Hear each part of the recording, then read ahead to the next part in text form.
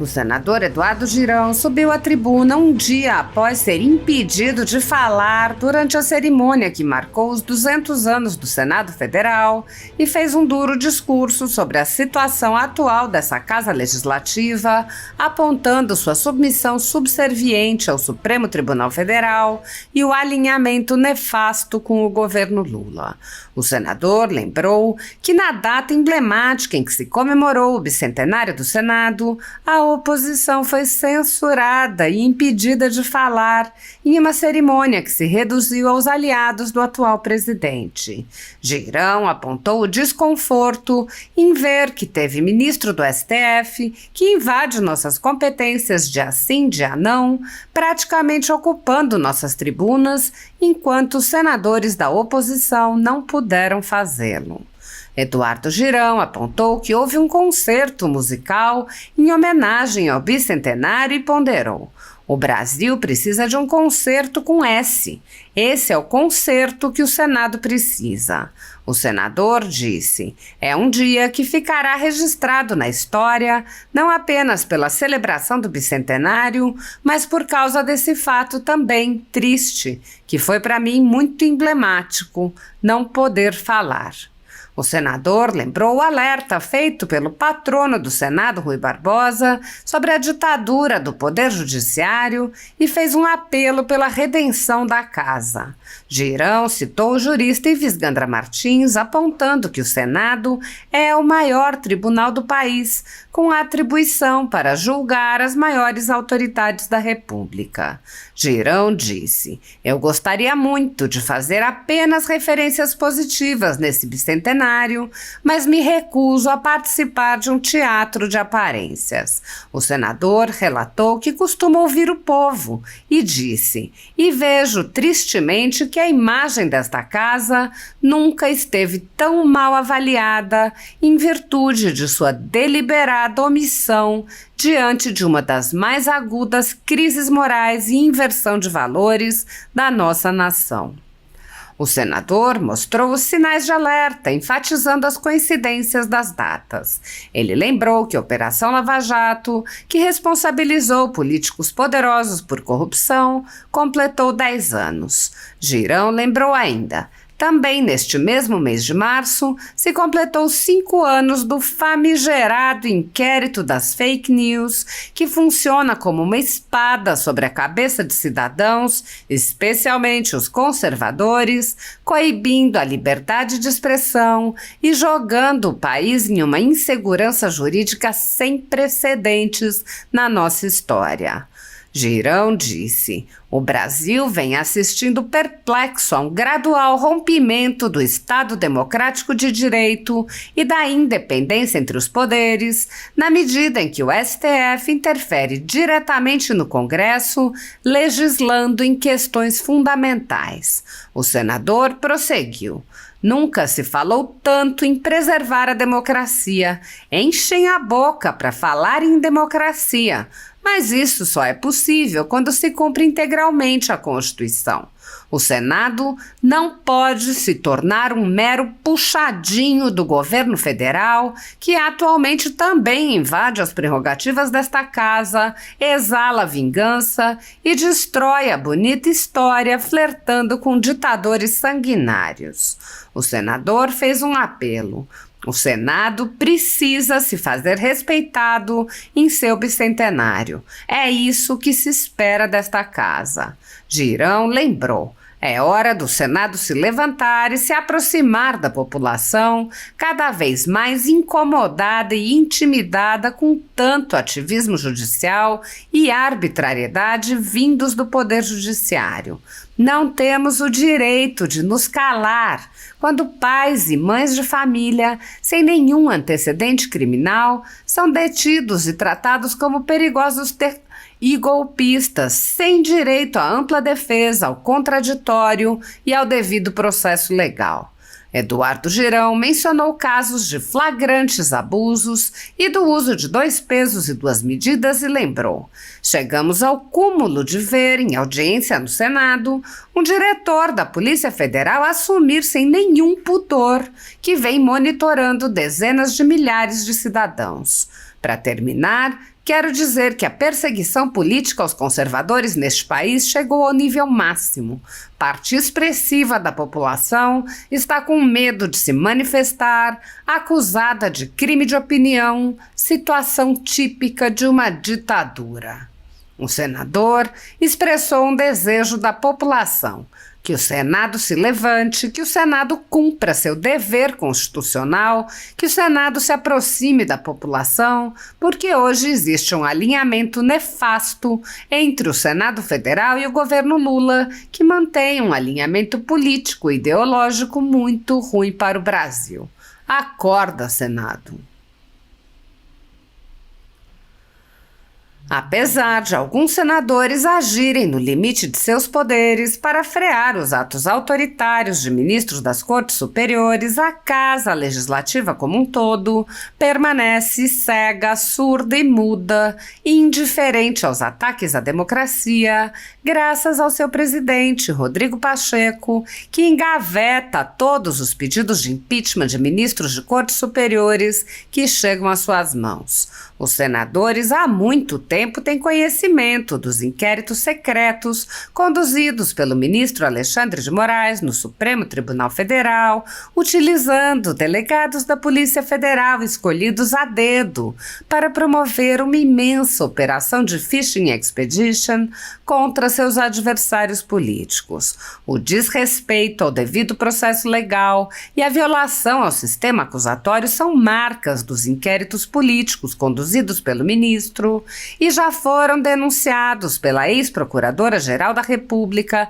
Raquel Dodge, que promoveu o arquivamento do inquérito das fake news, e também por inúmeros juristas, inclusive em livros como Inquérito do Fim do Mundo, Sereis como Deuses e Suprema Desordem, Juristocracia e Estado de Exceção no Brasil. O ministro Alexandre de Moraes já foi chamado de xerife pelo então colega Marco Aurélio Mello pelos excessos cometidos em seus inquéritos. Até na imprensa internacional as denúncias vêm se avolumando. O ministro Cássio Nunes Marques consignou em voto as violações de direitos humanos nas prisões em massa ordenadas por Moraes. Apesar das constantes denúncias, o Senado brasileiro segue inerte. Os senadores sabem sobre os jornais que foram estourados e tiveram todos os seus equipamentos apreendidos, como a Folha Política, e sabem sobre os jornalistas perseguidos, presos e exilados. Os senadores não apenas foram informados sobre a invasão de residências de cidadãos e a apreensão de bens, mas também viram, sem qualquer reação, operações contra seus próprios membros, o senador Harold de Oliveira e o senador Marcos Duval. Os senadores sabem que muitos meios de comunicação vêm sendo censurados há muito tempo. Os senadores souberam sobre a prisão do deputado Daniel Silveira em pleno exercício do mandato por palavras em um vídeo. Os senadores sabem que o ex-deputado voltou a ser preso por supostas violações a medidas cautelares que foram impostas em um processo que tinha sido extinto pela graça presidencial. Os senadores sabem que a graça presidencial constitucional foi cancelada. Os senadores foram informados sobre a perseguição a jornalistas, que são censurados e impedidos de exercerem sua profissão e têm bens e redes sociais bloqueados.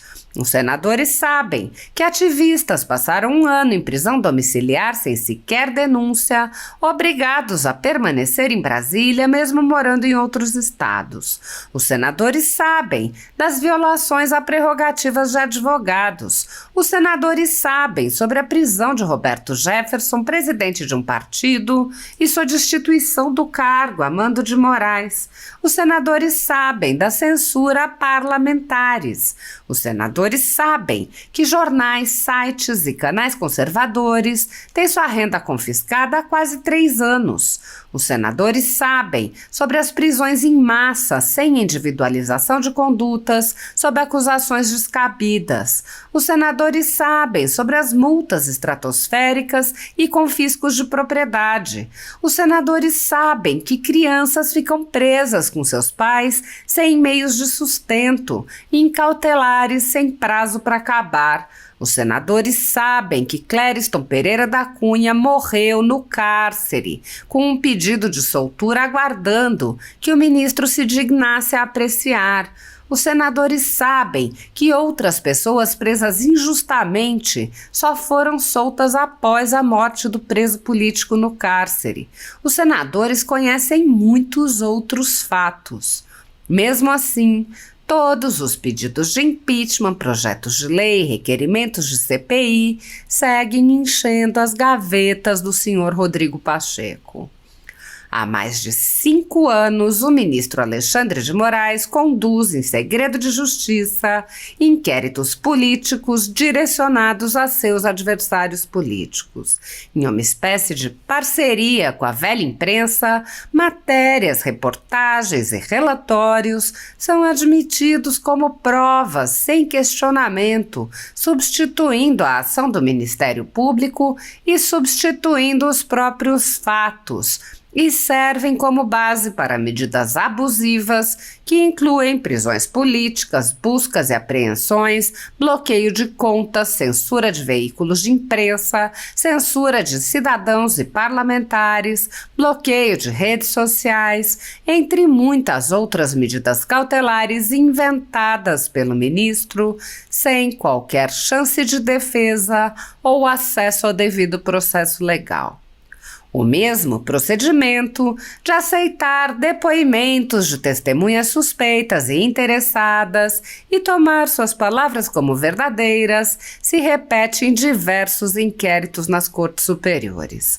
A Folha Política já teve sua sede invadida e todos os seus equipamentos apreendidos a mando do ministro Alexandre de Moraes. Atualmente, a renda do jornal está sendo confiscada a mando do ministro Luiz Felipe Salomão, ex-corregedor do Tribunal Superior Eleitoral, com aplauso dos ministros Luiz Roberto Barroso, Alexandre de Moraes e Edson Fachin. O inquérito administrativo já está no 4º relator, o ministro Raul Araújo, e vai sendo transmitido de corregedor em corregedor, enquanto a renda do trabalho de famílias e empresas é subtraída dia após dia. Há mais de 32 meses, todos os rendimentos do trabalho de jornais, sites e canais conservadores são retidos sem qualquer base legal. Se você apoia o trabalho da Folha Política e pode ajudar a impedir o fechamento do jornal, doe qualquer valor à empresa Raposo Fernandes através do Pix, utilizando o QR Code que está visível na tela ou o código ajude@folhapolitica.org. Caso não utilize Pix, há a opção de transferência bancária para a conta da empresa Raposo Fernandes, disponível na descrição deste vídeo e no comentário fixado no topo. Há mais de 10 anos, a Folha Política vem fazendo a cobertura da política brasileira, quebrando a espiral do silêncio imposta pelo cartel midiático que quer calar vozes conservadoras. Pix ajude@folhapolitica.org. Assista.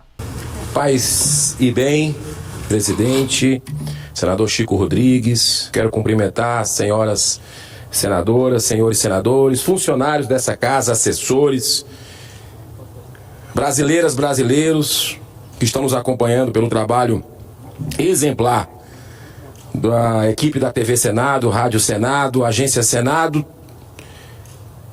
Eu quero desejar os parabéns a todos, senhor presidente, nesse dia, o day after, após os 200 anos do Senado. Hoje é o primeiro dia depois dos 200 anos. Eu quero falar que tem uma música que eu gosto muito, que é uma inspiração na política para mim, que é do Beto Guedes, Sal da Terra. E tem um trecho dela, logo no começo, que diz assim: anda, quero te dizer nenhum segredo. Falo desse chão da nossa casa. Vem que tá na hora de arrumar. Tempo, quero viver mais 200 anos. É de arrepiar. Nós estamos aqui numa data emblemática, numa semana que o Senado comemora seu bicentenário. Olha que honra, olha que privilégio sermos um dos 81 senadores que representam aí mais de 214 milhões de brasileiros. Infelizmente ontem, senhor presidente, eu não pude falar. Passei alguns dias, o senhor sabe disso, que eu, desde o ano passado, falo sobre esses 200 anos. E preparei discurso, cada palavra, cada sentimento durante esses dias. Ontem, infelizmente, eu não pude me expressar, e que alerta um pouco do sinal do que está vivendo o nosso país. Eu aprendi na vida que nada é por acaso, tudo tem uma razão de ser. E foi muito simbólico. Ontem, estarmos aqui e ver que teve ministro do STF que invade as nossas competências dia sim, dia não, já praticamente aí ocupando as nossas tribunas, enquanto senadores da oposição não puderam fazê-lo. Foi um dia memorável. À noite teve um concerto muito bonito do João Carlos, grande maestro brasileiro, João Carlos Martins, irmão do Dr. Ives Gandra Martins, que eu tinha preparado nesse discurso que vou fazer hoje aqui, uma homenagem em algumas falas dele pela democracia, pela liberdade do Brasil, pela independência entre os poderes. Mas o Brasil precisa de um concerto com S. Esse é o concerto que o Senado precisa, com S. E é um dia que não poderá ser esquecido, que ficará registrado na história, não apenas pela celebração de um bicentenário tão esperado, mas sim por causa desse fato também triste, que foi, para mim, muito emblemático, não poder falar. Eu quero manifestar minha eterna gratidão, primeiramente a Deus e a 1.325.786 cearenses que me permitiram estar aqui hoje ocupando essa tribuna em nome do Partido Novo. Como não existe coincidência e sim jesuicidência, no dia 25 de março, ontem, também foi celebrada a nossa data magna do Ceará, estado cuja bandeira é muito semelhante à do Brasil. Até as cores são as mesmas. Em 1884, a província cearense aboliu a escravatura.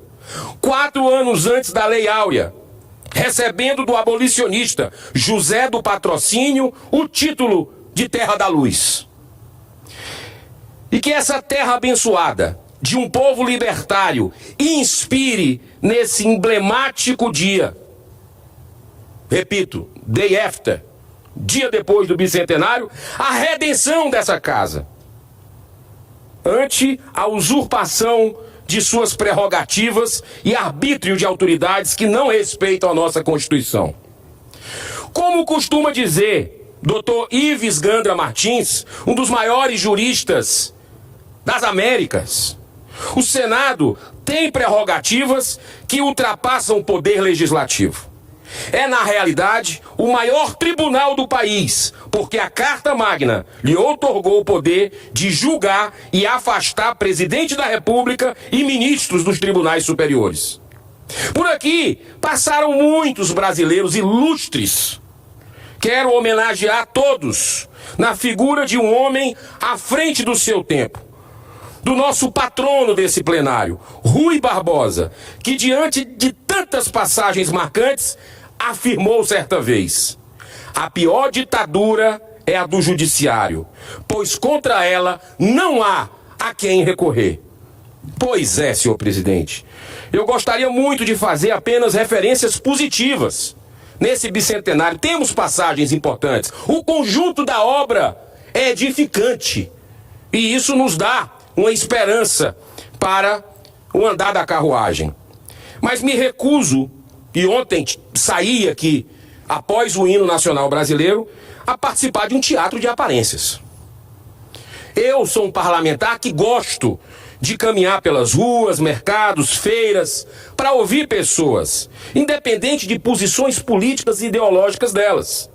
E vejo tristemente que a imagem dessa casa nunca esteve tão mal avaliada em virtude de sua deliberada omissão diante de uma das mais agudas crises morais e de inversões de valores dessa nação. Eu quero deixar claro que não estou me reportando aqui ao atual presidente Rodrigo Pacheco, que é sempre muito respeitador, aberto ao diálogo e tem trabalhado pela pacificação. Mas são muitos os sinais de alerta que nos chegam por todos os lados.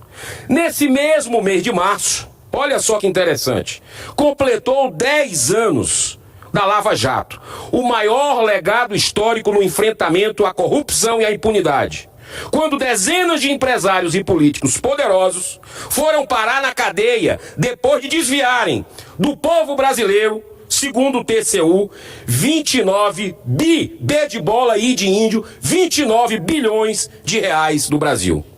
Também neste mesmo mês de março, se completou 5 anos do famigerado inquérito das fake news, que funciona como uma espada sobre a cabeça de cidadãos brasileiros, especialmente os conservadores, coibindo a liberdade de expressão e jogando o país em uma insegurança jurídica sem precedentes na nossa história. O Brasil, senhor presidente, vem assistindo perplexo a um gradual rompimento do Estado democrático de direito e da independência entre os poderes, na medida em que o STF interfere diretamente no Congresso, legislando em questões fundamentais, como a descriminalização do aborto e da maconha, ambas rechaçadas por cerca de 80% da nossa população. Nunca se falou tanto em preservar a democracia. Enchem a boca para falar em democracia, mas isso só é possível quando se cumpre integralmente a Constituição. O Senado não pode se tornar um mero puxadinho do governo federal, que atualmente também invade as prerrogativas desta casa, exala vingança com os membros dessa casa, inclusive, e destrói a bonita história e redentora do coração do mundo, pátria do Evangelho, flertando descaradamente com ditadores sanguinários. O Senado precisa se fazer respeitado em seu bicentenário. É isso que a população brasileira espera dessa casa. Para se ter uma ideia dos desmandos, desde dezembro último, um requerimento assinado por 11 senadores da República, pedindo uma simples visita ao presídio, onde estão muitos presos políticos, não obteve nenhuma resposta até hoje do STF. Acredito muito no poder de reflexão do ser humano. É hora dessa casa se levantar e se aproximar da população cada vez mais incomodada e intimidada com tanto ativismo judicial e arbitrariedades vindos do poder judiciário. Quando estava preso em Birmingham, o humanista e pacifista Martin Luther King nos deixou esse belo pensamento. Abro aspas. Uma injustiça em qualquer lugar é uma ameaça à justiça em todo lugar. Por isso, senhor presidente, não temos o direito de nos calar quando pais e mães de família, sem nenhum antecedente criminal, são detidos, portando apenas uma bandeira do Brasil e uma Bíblia, e tratados como perigosos terroristas e golpistas, sem direito à ampla defesa, ao contraditório e ao devido processo legal. São muitos os casos, como o da professora aposentada Iraci Nagoshi, com 71 anos de idade e várias comorbidades, que foi condenada a 14 anos de prisão pelo Supremo, mesmo sem ter foro privilegiado. Enquanto isso, um dos maiores chefes do tráfico internacional de drogas, André do Rap, foi beneficiado pelo mesmo Supremo com o vergonhoso habeas corpus. E tá aí. Muitos outros poderosos, como o ex-governador do Rio de Janeiro, com mais de 425 anos de prisão, curtindo nas suas mansões a impunidade. Nós chegamos ao cúmulo na semana passada, em audiência na Comissão de Segurança do Senado dessa casa, um diretor da Polícia Federal assumir sem nenhum pudor que vem monitorando dezenas de milhares de cidadãos. Enfim, senhor presidente, para terminar, eu quero dizer que a perseguição política aos conservadores nesse país chegou ao nível máximo, que parte expressiva da população está com medo de se manifestar e acusada de crime de opinião.